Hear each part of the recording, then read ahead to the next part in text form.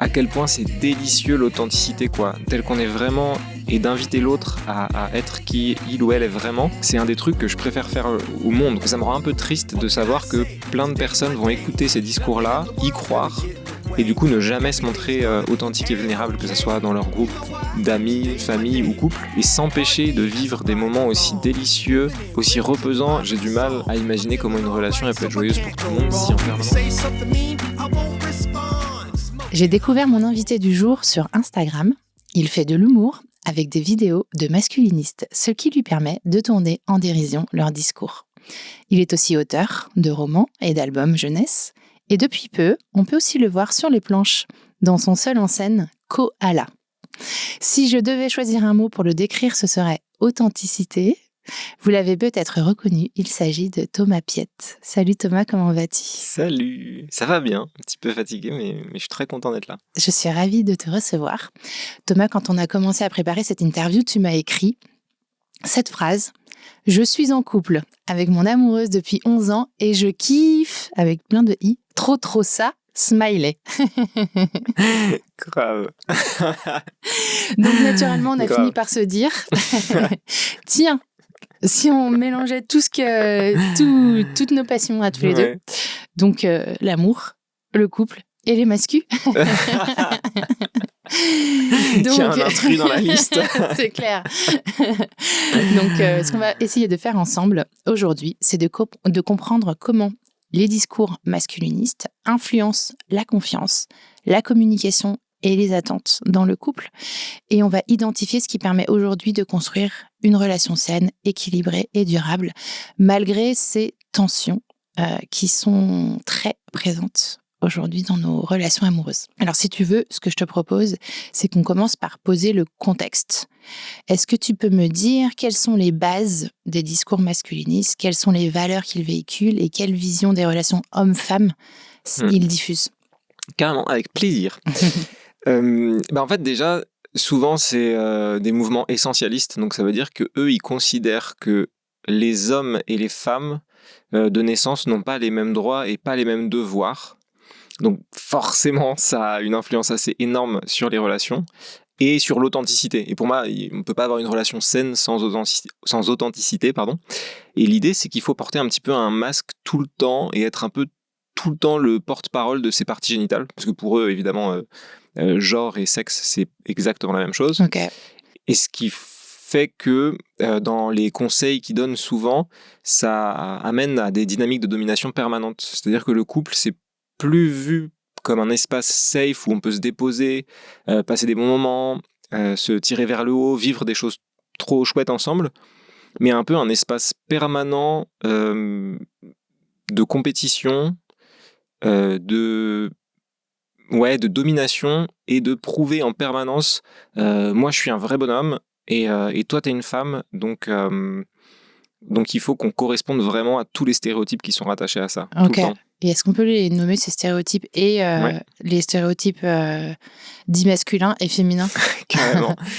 Par exemple, les hommes, selon eux, ça doit être fort, évidemment. C'est vraiment la base, mais fort musclé et être capable de violence. C'est un des points même du fils Sarkozy qui dit beaucoup, un peu à droite à gauche, et qui dit que voilà, la vraie force, c'est d'être capable de violence. Waouh. Ouais. C'est tellement choquant, non mais c'est... Ouais. Donc être fort physiquement et capable de violence. C'est ça. Ouais. Pour protéger quoi ?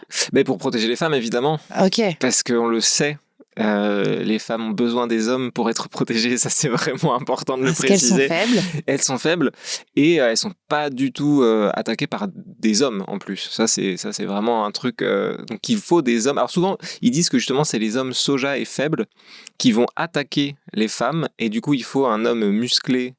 Et un homme steak haché, peut-être à l'inverse de l'homme soja. Attends, c'est quoi l'homme soja ? C'est celui qui... T'as jamais entendu ? Non, c'est celui qui n'a pas les archétypes de l'homme fort. C'est qui mange pas... une de leurs insultes. C'est celui qui mange pas le bœuf. Ouais, okay. C'est une de leurs insultes préférées. Ça fait vraiment partie des commentaires et des DM que j'ai à quasiment chaque vidéo, c'est « t'es qu'un homme soja ». Waouh. Ouais. Alors moi, je les connais pas forcément ces termes-là parce que tout simplement, je supporte pas regarder ces vidéos et j'en ai regardé quelques-unes, mais je suis pas tombée sur le soja. Ok, donc t'as l'homme bœuf. C'est ça. Enfin, C'est un steak ça. haché, L'homme ouais, steak le haché. steak, quoi. Ouais. Ok. Ce que disait Florence Foresti dans son spectacle. Les hommes, ils ont la voiture, le steak. Ok, Et la vache et les patates. La vache et les patates. Les patates. Ok, l'homme soja. Ok, et la femme, donc l'homme, il doit être fort. Est-ce qu'il a d'autres attributs, cet homme Il doit pas avoir parfait. d'émotions. Ah. Ouais. C'est-à-dire que les émotions, c'est vraiment un truc de fille. Et c'est de la faiblesse. Mais c'est la même chose pour eux. Faible et femme, c'est un peu un Et équivalent. émotion. Et donc voilà, il faut surtout pas avoir d'émotions. Eux, ils considèrent que les hommes sont par nature rationnels. C'est pour ça que quand on laisse des hommes diriger, il se passe toujours que des trucs chouettes. Et les femmes sont émotionnelles.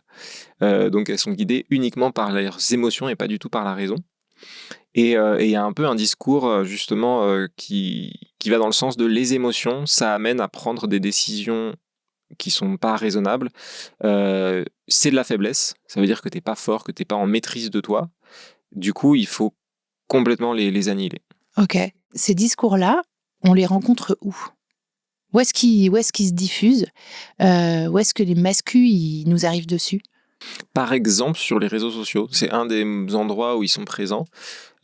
TikTok, Instagram, ils font des vidéos. Il y a des forums aussi, des trucs privés, je sais plus comment c'est, des télégrammes, des choses comme ça, où ils se partagent ce genre d'idées. Ils font des stages aussi pour devenir des vrais bonhommes, où on va hurler dans la forêt. En fait... On va hurler dans la forêt. Ouais, parce qu'on est des loups, des mâles alpha, donc on va hurler dans la forêt, on va s'entraîner au combat, parfois il y a des choses comme ça qui sont proposées. Il y a aussi les boys clubs sportifs, non ? Ouais, des boys clubs, il y en a un petit peu dans tous les milieux, ouais, effectivement.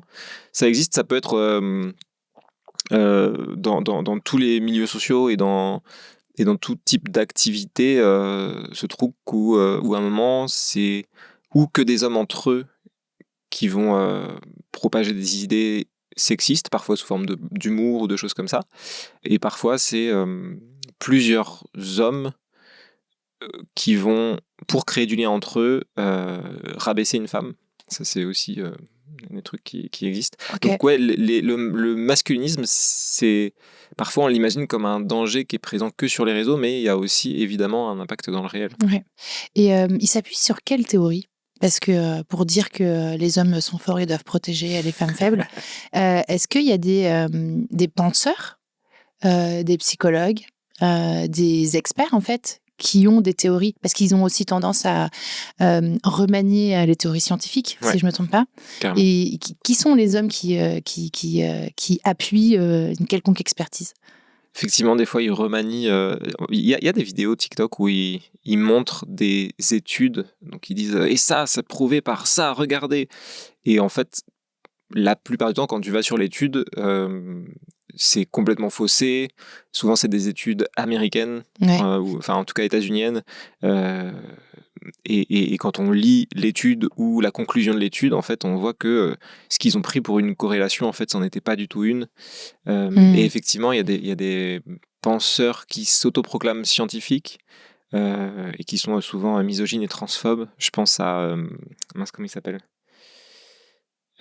Comment il s'appelle, l'américain là, Peterson. Ouais. Merci, c'est ça. C'est le premier qui me vient en tête, qui a quand même une grosse influence, qui est très suivi, très écouté et qui lui, pour le coup, se dit scientifique et dit avoir des preuves de ce qu'il avance et qui est souvent cité par les masculinismes. Par les masculinistes, ouais. Pardon. Alors, j'ai pas beaucoup subi d'assaut masculiniste, sauf dernièrement parce que je commence à avoir des contenus un peu plus engagés et féministes. Et j'avais interviewé Margot Théroux, la sexologue, qui a écrit un livre qui s'appelle La Malbaise. Et les vidéos sur Instagram ont très bien marché. Et donc là, et sur Facebook aussi. Et donc là, on a eu les attaques. Et alors, c'était effectivement le discours scientifique depuis la nuit des temps. Les hommes vont à la chasse et les femmes restent à la maison pour... elles font peut-être la cueillette quand même, et encore, pour s'occuper des enfants et faire à manger au-dessus du feu.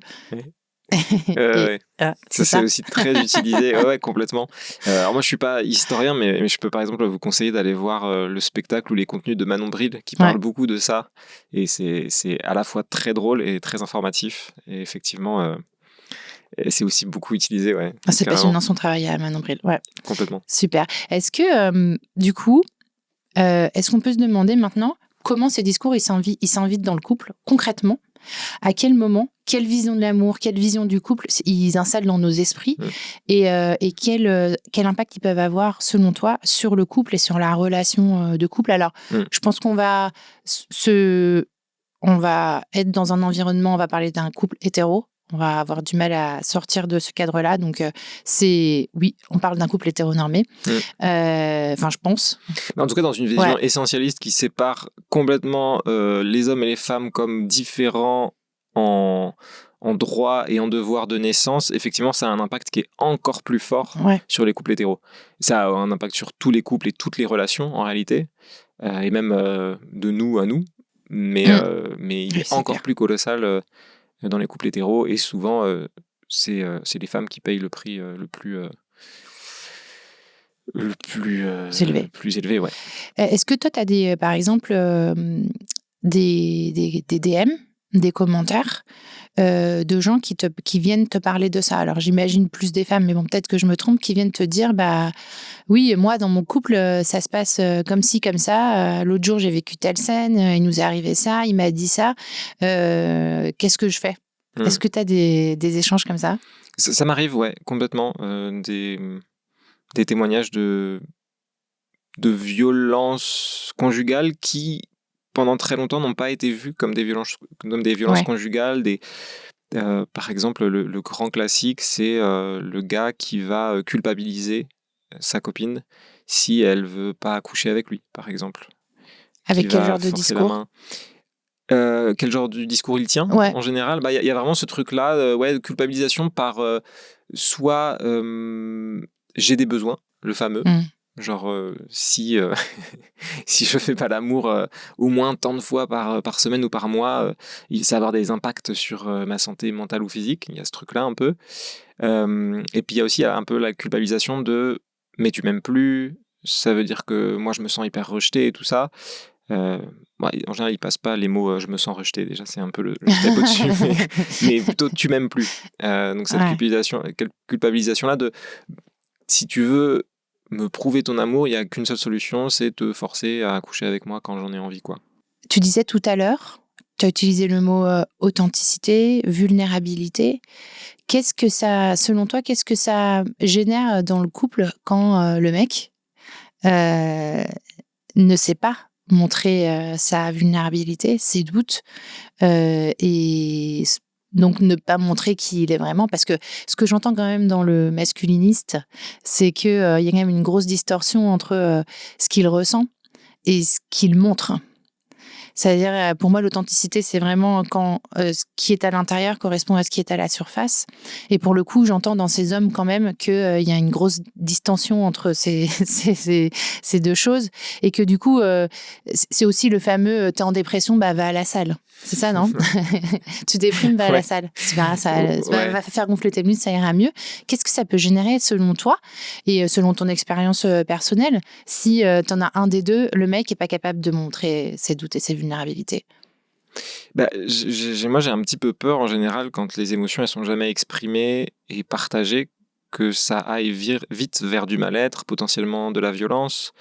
Et, euh, et moi, j'ai vraiment un truc, je sais pas comment le décrire, mais avec à quel point c'est délicieux l'authenticité, quoi, de se montrer tel qu'on est vraiment et d'inviter l'autre à être qui il ou elle est vraiment. C'est un des trucs que je préfère faire au monde, quoi. Vraiment, c'est dans ces espaces-là que je me sens en général le mieux, le plus moi, quoi, en Ouais. fait. Et j'adore rencontrer les gens dans qui ils et elles sont vraiment aussi, en toute authenticité. Et un truc où j'aime tellement vivre ces espaces-là que ça me rend un peu triste de savoir que plein de personnes vont écouter ces discours-là, y croire, et du coup ne jamais se montrer authentique et vulnérable, que ce soit dans leur groupe d'amis, famille ou couple. et s'empêcher de vivre des moments aussi délicieux, aussi reposants et qui amènent en vrai vers des relations joyeuses, saines pour tout le monde. Tu vois, j'ai du mal à imaginer comment une relation elle peut être joyeuse pour tout le monde si en permanence je porte un masque. Et en plus, c'est pas en général ce qui est demandé par le masculinisme, un masque de gentillesse ou de partage. C'est en plus des masques qui sont assez dangereux parce que c'est des masques de domination, de force. La seule émotion qui est à peu près tolérée, c'est la colère. Et pas une colère saine où je t'exprime mes limites, mais vraiment une colère qui est parfois de la rage ou de la violence. Et du coup, ouais, ça a des dangers psychologiques, physiques qui sont assez énormes. Et ça permet pas, pour moi, d'aller vers un truc joyeux et qui permet le bonheur, quoi. Dans les vidéos que tu tournes en dérision sur Instagram, c'est vraiment... moi, je les trouve très, très choquantes. Et je suis sûre que je ne suis pas la seule. Il y a celle que tu as postée ce matin. Ouais, m'a c'est laissé, la pire, je pense. J'ai sauté au plafond, j'ai fait mais c'est pas possible en fait, comment c'est possible que ces choses-là soient diffusées? Donc si je résume juste la vidéo parce qu'il y aura un décalage entre le jour de l'enregistrement et la diffusion, c'est un homme qui dit qu'il faut recommencer à brûler les femmes comme au temps où on brûlait les sorcières. C'est ça? C'est ça. Et ça c'est en plus 2 minutes d'un discours qui est encore plus long. Il est d'une misogynie mais vraiment profondément dangereuse où on n'est même plus dans le mépris des femmes, on est vraiment là dans la haine. Ouais. Il a envie de punir les femmes, il a envie de punir toutes les personnes de la communauté LGBTQIA+, il a envie de punir les personnes racisées, il a envie il parle vraiment de ne plus éduquer les femmes. Il a un truc avec il dit j'ai envie de revenir en 1095, en 1080, de revenir au Moyen-Âge. Bon, il a une très mauvaise connaissance de l'histoire. Oui, c'est clair. Et, c'est clair, c'est pas tout à fait la bonne période. Et il peut retourner chez les talibans sinon. En ce moment, je pense que c'est à peu près ça. Ouais, il parle de ça justement dans une autre vidéo. Je sais pas encore si je vais la diffuser parce qu'elle est tout aussi choquante et je sais pas à quel point j'ai envie encore de regarder ce gars-là et de prendre des jours pour écrire une réponse, la tourner et partager ça à des gens qui peut-être n'ont pas envie de l'avoir, mais oui, il se compare à ça. Ouais. Mais c'est intéressant quand même. Évidemment, j'imagine que c'est ça qui te motive à le faire. C'est qu'en fait, il faut prendre conscience de la violence extrême de ces discours. Alors celui-là, il est évidemment violent, mais il y en a aussi qui sont beaucoup plus insidieux, j'imagine, et sournois, qui peuvent s'inviter dans tous nos cerveaux. Ce qu'on disait tout à l'heure. Donc, ce qu'on se dit, c'est que ces discours-là, en fait, ce qu'ils amènent prioritairement dans le couple, c'est donc cette méfiance vis-à-vis des femmes, de la femme. Du coup, un rapport de pouvoir et de force.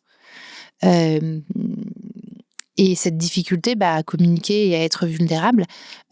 J'imagine que, comme toi, moi, j'ai du mal à m'imaginer comment on peut faire vivre un couple longtemps quand il n'y a aucun espace de dialogue et d'échange d'authenticité. Comment le couple tient si ce n'est que sur la violence? Je veux dire, à un moment, la nana, elle reste que sous la menace. Ouais, après, il y a aussi les dynamiques d'emprise, plein d'emprises différentes, psychologiques. Parfois, ces personnes-là, ils vont aussi petit à petit interdire tout lien autre que lui. Donc, il y a une solitude s'il y a un départ de cette relation-là. Ils interdisent souvent les femmes de travailler, d'être autonomes, en fait. C'est une privation de l'autonomie qui fait que très vite, en fait, on se retrouve dépendant à cette relation-là. Il y a évidemment les menaces de violence, il y a la peur, la terreur qu'on peut ressentir, la solitude, le vrai danger financier parfois. Ouais, il y a une vision un peu très traditionnaliste, donc il faut qu'on vive ensemble très vite, qu'on se marie très vite, qu'on fasse des enfants très vite. Donc en fait, il y a plein de points d'emprise qui font que c'est très très difficile de quitter une relation comme celle-là, même si elle est très violente. Ouais. J'avais listé des exemples concrets qu'on pouvait retrouver dans la vie réelle. j'avais listé une dispute qui est perçue comme une manipulation au lieu d'un désaccord émotionnel. Donc, le mec pense que l'autre joue en permanence à un jeu et donc, effectivement, culpabilise et remet en permanence en question la réaction et les émotions, enfin, ce que vit l'autre. Difficulté à accepter l'indépendance de l'autre, c'est ce que tu disais. Mal vivre que sa partenaire, voir ses amis seuls, par exemple. Je trouve que c'est important de lister, tu sais, ces moments de vie réelle, parce qu'en fait, c'est aussi comme ça que ça peut nous mettre la puce à l'oreille, Oui. chez soi ou chez les copines. Donc, effectivement, c'est souvent, tu peux pas avoir tes amis seuls parce que vous montez le bourrichon, non? Il y a souvent ça. Ouais, complètement. Mais en fait, déjà, tout ce qui te prive de ton autonomie, ça devrait être des red flags, je pense, qui sont colossaux, quoi. Et c'est hyper intéressant que tu poses le mot méfiance. Ça me fait penser au travail d'une personne que j'aime beaucoup, qui s'appelle Marion Cuer. J'aime beaucoup son travail, qui travaille sur l'agisme, pour le coup, Ouais. et qui parle de filtres de méfiance et filtres de confiance envers les enfants. Mais je pense que ça marche dans toutes les relations et dans toutes les dynamiques de domination, où elle parle de vraiment changer, au-delà des outils, changer sa posture. Et qu'on vit dans les sociétés agistes, on vit par exemple avec un filtre permanent de méfiance envers les enfants. Donc à chaque fois qu'ils vont avoir une émotion, une colère, on va se dire « Ok, ça c'est pour m'embêter, donc il faut que je le punisse. » Comme ça, l'enfant il va apprendre et il va arrêter de m'embêter. Et qu'on peut vivre aussi, choisir de vivre dans une société où c'est un filtre de confiance qui est là, de base. Donc c'est pas là il cherche à m'embêter, mais ok, là il vit quelque chose de dur, comment est-ce que je peux soutenir l'enfant dans ça? Je pense que ouais, ce filtre-là, il existe un peu dans toutes les relations, et là, ce que propose le masculinisme, mais pas que, malheureusement même notre société de base qui est patriarcale, c'est des rapports, c'est une posture de méfiance permanente. Et on l'entend effectivement, ça vraiment très clairement dans les vidéos de masculinistes. Ils n'arrêtent pas de répéter elle cherche à vous manipuler. Il y a beaucoup, là, la semaine dernière, on m'a envoyé une photo où ça commence par les femmes sont les plus grandes manipulatrices de l'histoire. C'est les êtres, alors je ne sais plus les mots exacts qu'il dit, mais je pense que je vais la diffuser bientôt parce que c'est quand même très intéressant. Il y a ce truc-là de c'est les êtres les plus cruels qui existent. Et il y a vraiment ce filtre de méfiance. C'est tout ce que fait une femme, et c'est aussi ce que... Il y a des mouvements comme les incels qui sont créés à partir de ça. C'est ce que font les femmes, c'est pour me nuire, c'est pour m'embêter. Il n'y a pas de prise en compte du vécu de la personne. Et c'est vrai que d'avoir ce filtre permanent de la méfiance, ça a un impact assez colossal sur les relations. Ouais, j'imagine. Effectivement, c'est assez important de rappeler que là, on parle d'un extrême, même si... voilà, on parle d'un extrême en utilisant le mot masculinisme, mais que c'est vrai qu'on peut presque faire un égal avec patriarcal. Ouais. Hein, parce que les situations dont on parle aussi, et ça me saute aux yeux là quand on en parle, quand on parle d'indépendance, en vrai, tu as encore beaucoup de couples aujourd'hui et dans tous les milieux sociaux où la femme est dépendante financièrement de l'homme. Et à chaque fois qu'il y a un besoin ou une envie de partir, c'est encore très problématique. Parce que l'indépendance financière, elle ne l'a pas. Et ça a beaucoup d'implications sur sa vie de décider de quitter son couple. Donc, dans les exemples concrets dans notre vie de tous les jours, refus de se montrer vulnérable, c'est ce qu'on disait tout à l'heure, ne pas exprimer ses besoins pour ne pas paraître faible. La lecture comptable de la relation aussi. Pour toujours savoir qu'est-ce qui donne le plus. Est-ce que ça, tu crois que ça peut être aussi un mécanisme qui se retrouve dans le couple quand il y a une influence masculine? Ouais, en tout cas, il y a un truc très capitaliste de j'investis quelque chose dans la relation et il faut que j'ai un retour, que je gagne quelque chose en retour. Et ouais, il y a ce truc-là un peu permanent aussi qui est proposé, qui est hyper capitaliste et effectivement dans cette dynamique-là. De compter de tout compter, quoi. Ouais. Bon, du coup, ça nous fait un petit portrait, un petit paysage tout à fait sympathique. Je tiens juste à revenir sur ce que tu as dit, je trouvais ça hyper intéressant, effectivement, de rappeler que... parce que, en fait, très vite, si on dit que les masculinismes, c'est les monstres et que il y a une ligne imaginaire et que tout ce qui est de l'autre côté, c'est des mecs bien, ça peut être assez dangereux parce que ça nous fait croire que y a eux et les autres. alors que vraiment, il y a du eux en nous et du nous en eux systématiquement. Et vu qu'on a été élevé dans une société qui un peu rappelle ça en permanence, qui est patriarcale, qui est sexiste, qui est misogyne, ces pensées-là, on les a tous et toutes plus ou moins intériorisées, quoi. Et effectivement, il n'y a pas eux les monstres et tous les autres, c'est des mecs bien. Pas du tout. Ouais, et d'ailleurs, moi, ça me fait penser, j'ai plus ou moins un espèce de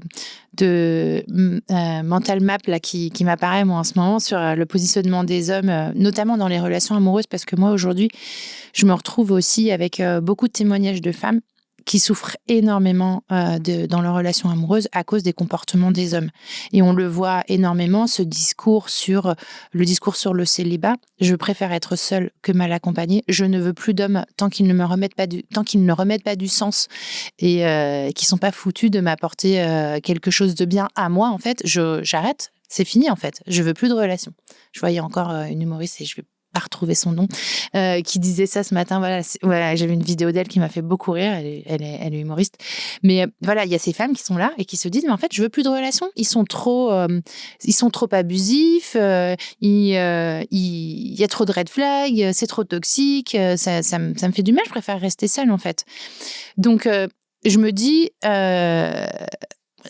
what the fuck, là, je sais pas où on va, tu vois. Enfin, tu vois, si on n'a plus de relations les uns avec les autres, peut-être que ça peut à un moment poser problème, même si la démographie mondiale se porte très bien, on est d'accord. Et donc, je me dis, moi, dans ma tête, il y a...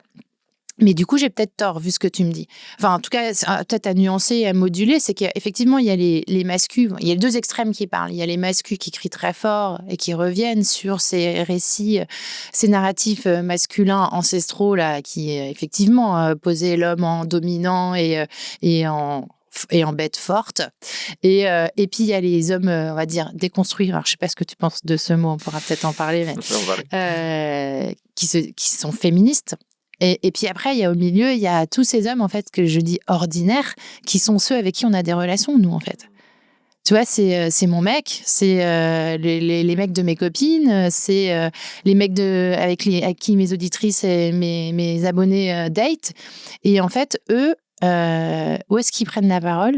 Qu'est-ce qu'ils captent de tout ce qui se passe autour? Comment ils reçoivent tous ces messages, qui sont souvent quand même des injonctions contradictoires en plus? Et comment ils se débrouillent avec tout ça? Je sais pas ce que tu penses de ça.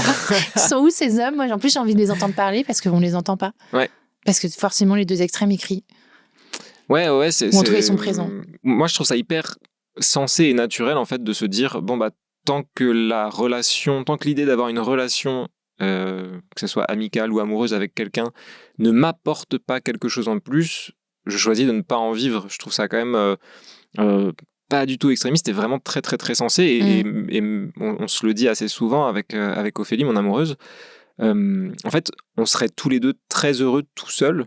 On n'est pas dépendants l'un de l'autre. Mais on s'apporte mutuellement dans justement cette authenticité, dans tout ce qu'on aime s'apporter l'un à l'autre quand on est ensemble. Et on fait vraiment le choix d'être ensemble. Et c'est pas un truc parce qu'il faut être en couple ou parce que on a peur d'être seul ou parce que c'est pratique ou quoi que ce soit. C'est vraiment, oui, elle m'apporte énormément à plein de niveaux. Et elle me dit que moi aussi je lui apporte. Et en fait, c'est vraiment un choix.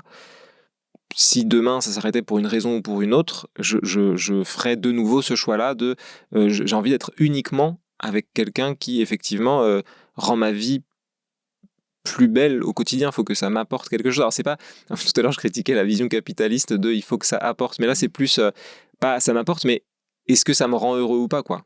Est-ce que ce choix-là il va contribuer à mon bonheur et à ce que j'ai envie de vivre, ou est-ce que au contraire il va contribuer à un truc triste. Ce choix-là je le trouve plutôt sain. Après, ce qui est plus triste, c'est que oui, j'imagine qu'effectivement il y a énormément de femmes qui vont peut-être galérer longtemps avant de trouver quelqu'un qui contribue à leur bonheur. Parce que moi plus que les humains, je crois vraiment en les outils, quoi. En des outils qui peuvent contribuer au couple.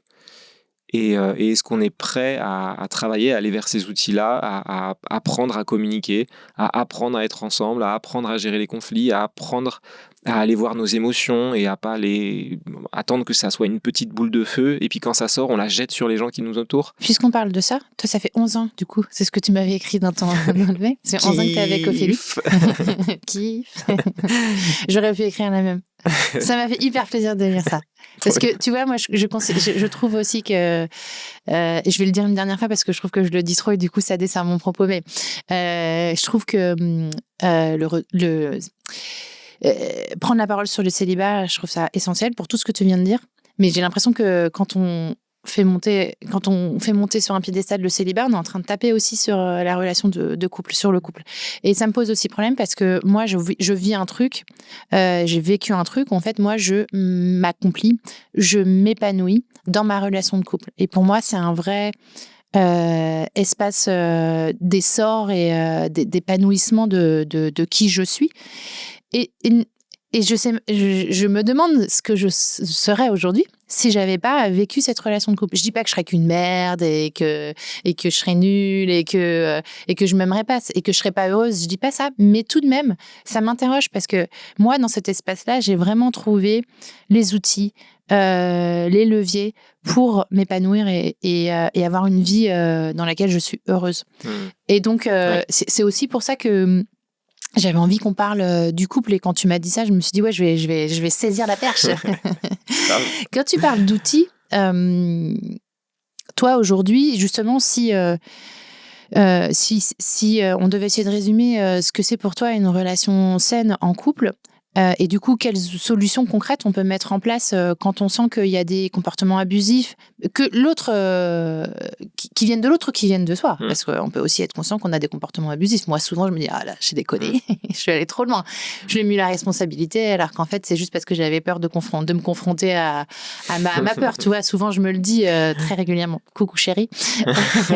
Mais comment on fait, selon toi, pour réussir à avancer ensemble, à faire ses choix et à se montrer vulnérable et authentique?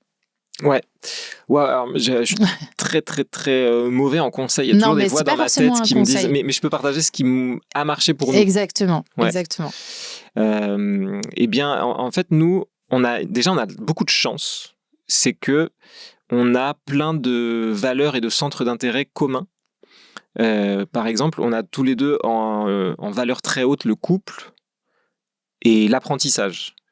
Donc ces deux réunis, ça fait qu'ensemble, très vite, on a eu envie de mettre beaucoup d'énergie dans ça.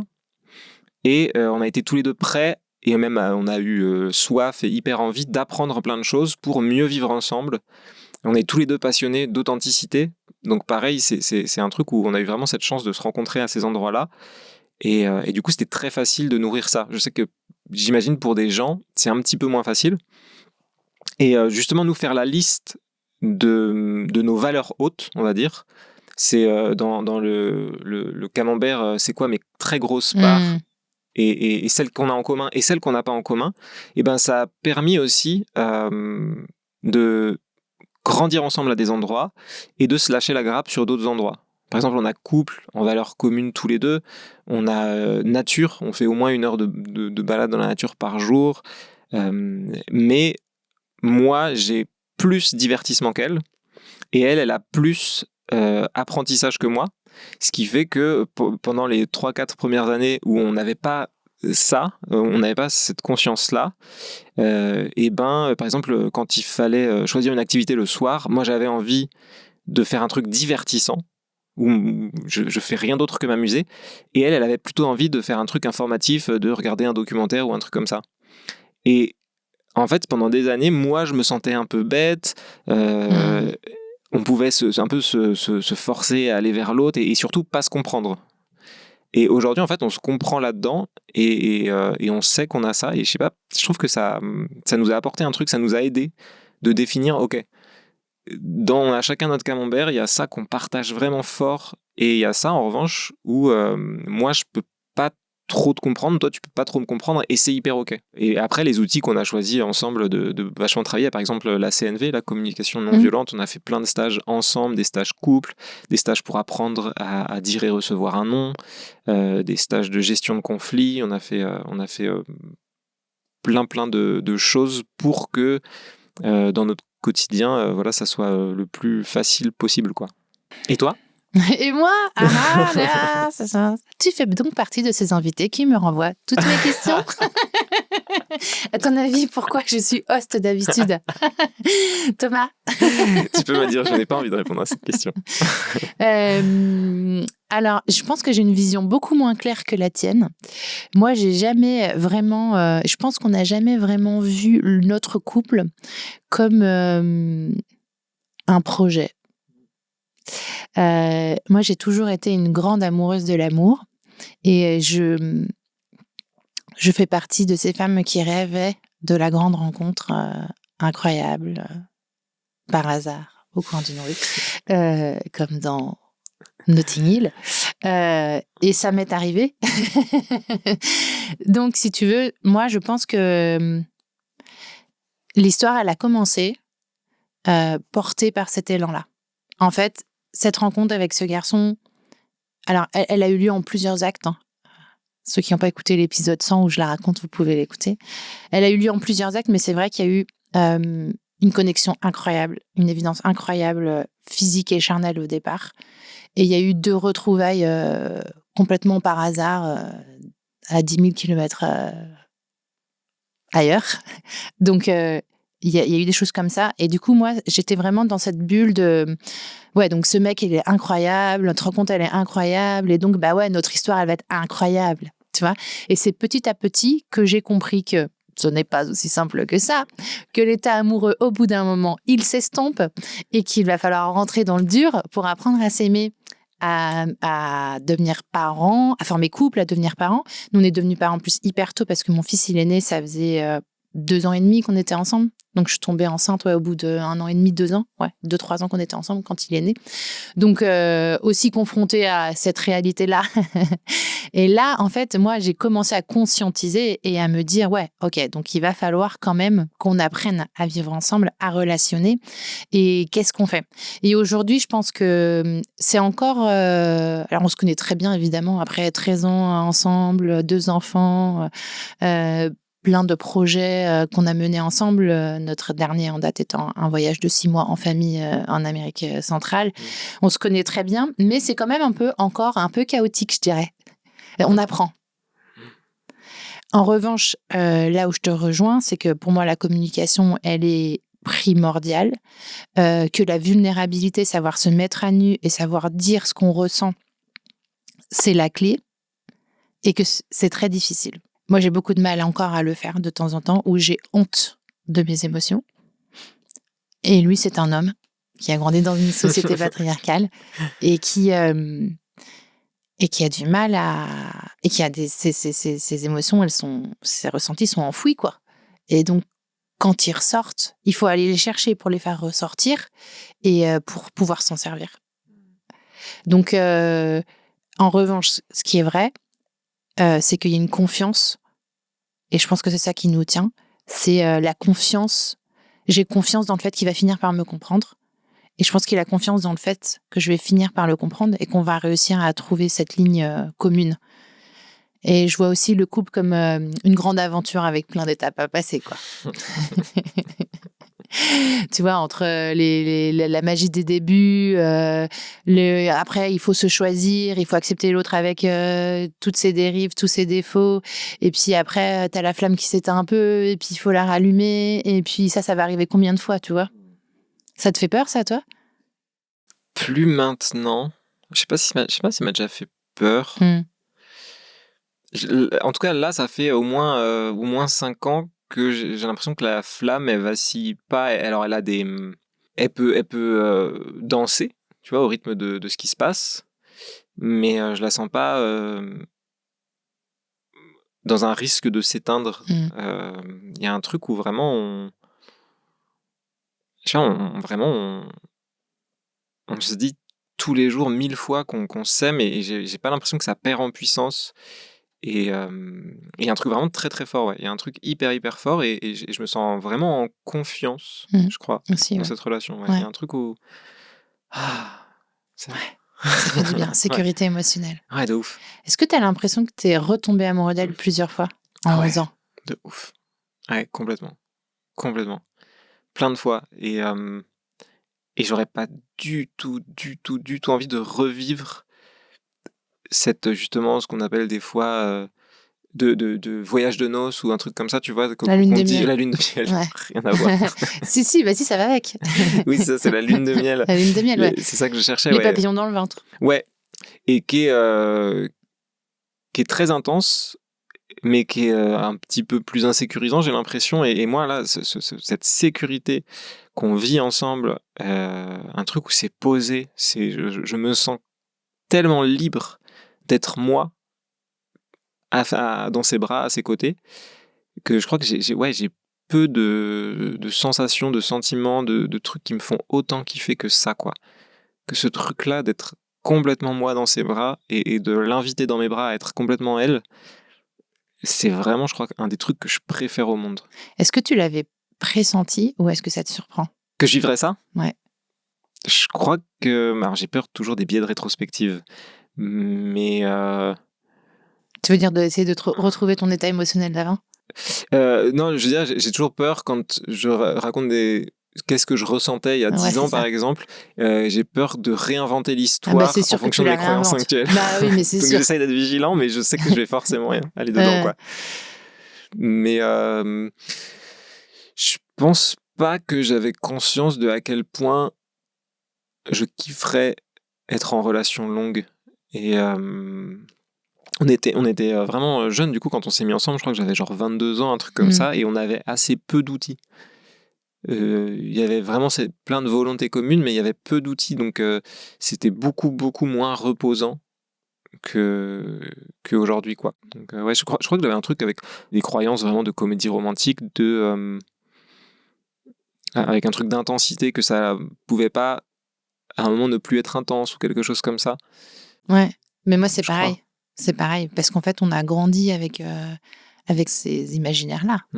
Donc on attend tous le grand coup de foudre et l'intensité et les papillons, etc. Et en fait, effectivement, si ça dure à un moment, ça devient autre chose. Et il faut savoir passer à autre chose et décider à ce moment-là si oui, on reste ensemble. Moi, j'y croyais pas du tout, je t'avoue. Cette sécurité émotionnelle dont tu parles, moi, j'ai un vécu personnel, une histoire personnelle qui fait que pour moi, c'était impossible que ça arrive. Donc moi, ça m'a surprise. Et même, j'ai peut-être un biais rétrospectif, comme tu dis, mais par contre, je suis sûre que quand j'avais 30 balais avant de le rencontrer, j'étais persuadée que la flamme allait s'éteindre au bout d'un moment. C'est que tu avais déjà eu des histoires longues avant lui? Ouais, il y a eu l'histoire de mes parents qui a largement influencé mon imaginaire et une histoire longue avant lui, ouais, qui s'est délitée sérieusement jusqu'à faire très mal. Et donc moi, je suis surprise par ça.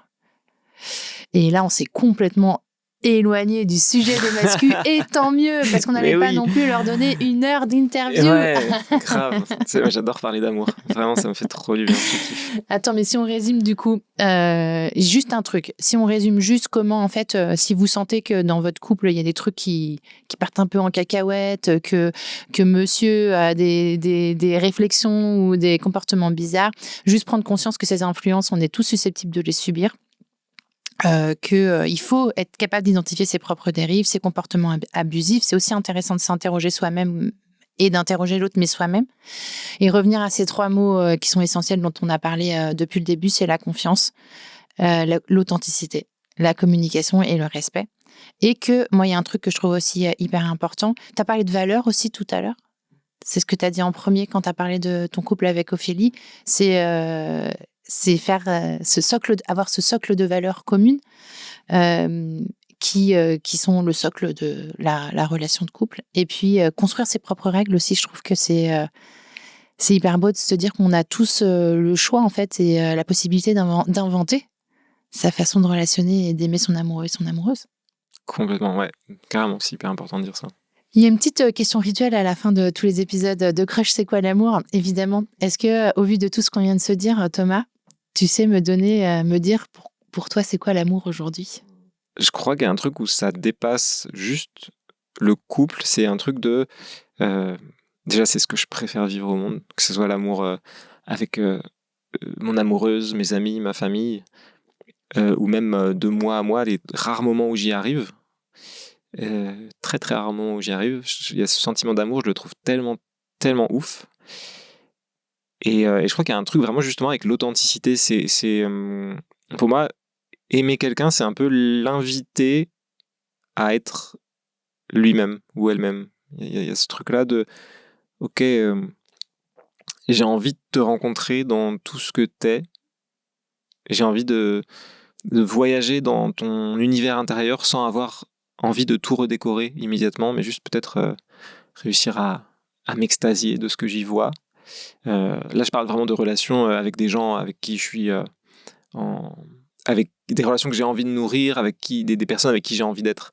Effectivement, peut-être que si je visitais l'univers intérieur d'un mascu, j'aurais peut-être du mal à pas avoir envie de redécorer, parce que voilà. Alors ça, par contre. Et en même temps, je pense que si on va vraiment dans le monde intérieur, où on se relie pas aux stratégies de la personne, mais aux besoins profonds de la personne, je crois qu'on peut se laisser toucher par quasiment tout le monde. Et même avoir des endroits de reliance, tu vois. Peut-être que cette personne-là, ce qu'il a envie de vivre, c'est de la sécurité. Et que lui, les stratégies qu'il a choisies pour vivre de la sécurité, je suis en profond désaccord avec.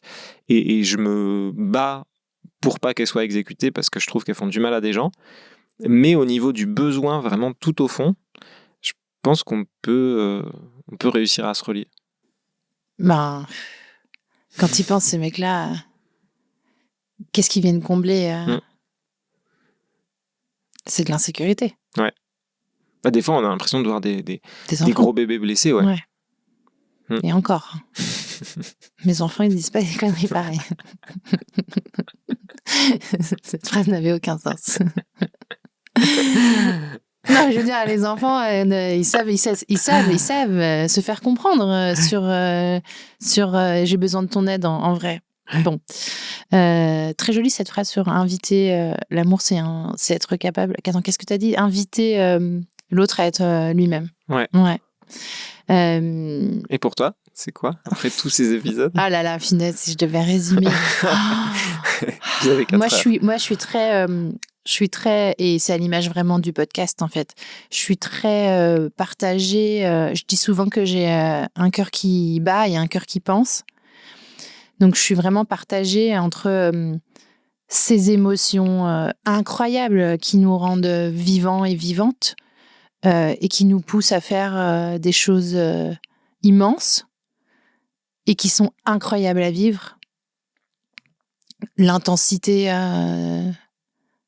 de tomber amoureux, pour moi, il n'y a rien d'inégalable. Il n'y a rien d'égalable, pardon. Et en même temps, je trouve ça passionnant de décrypter pour réussir à rendre nos relations plus saines. Et il y a des moments, je pense que dans la vie, il y a des moments où on a la possibilité de se laisser porter sans réfléchir. Oh, j'en ai rien à foutre, je m'en fous. Un red flag, je m'en carre. Ça, je m'en fous. Je suis déjà en couple, je m'en fous. Enfin, tu vois, il y a des moments où il faut vraiment se laisser porter. Puis il y a d'autres moments, tu peux pas faire autrement que te poser, réfléchir et aligner de neurones, quoi, parce que il faut comprendre et c'est comme ça qu'on améliore nos relations. Donc, ma définition de l'amour, c'est un peu ça. C'est un cœur qui bat et un cœur qui pense. Voilà. C'est beau, j'aime bien. Ou les deux parties Très du cœur. cool. Tu vois, il y en a un qui fait ting, ting, ting, ting, ting, ting, et l'autre qui non. Ouais, grave, je vois très bien. Et ça marche un peu dans tous les domaines de la vie, ce truc-là. J'ai l'impression que je vis ça un peu tout le temps, quoi. Que ce soit dans la créativité, dans les relations amoureuses et amicales, dans ma relation avec moi-même, ce truc-là, il y a à la fois le cœur qui dit quelque chose et la tête qui dit parfois tout autre chose. Et souvent, ma tête, elle peut être, surtout de moi à moi, un peu cruelle, mais ouais, ça me parle. Je dis souvent que quand j'écris, justement, j'écris une première fois avec mon cœur, où j'essaie de pas me censurer, de mettre tout ce que j'ai envie d'écrire, et après, je décore ce qu'a dit mon cœur avec ma tête. Tu vois, il y a aussi ce truc-là vraiment dans la créativité de... J'adore. Ouais, j'aime bien ce que tu dis. Ah ouais, j'adore aussi ce premier jet qui vient des tripes, quoi, enfin du cœur.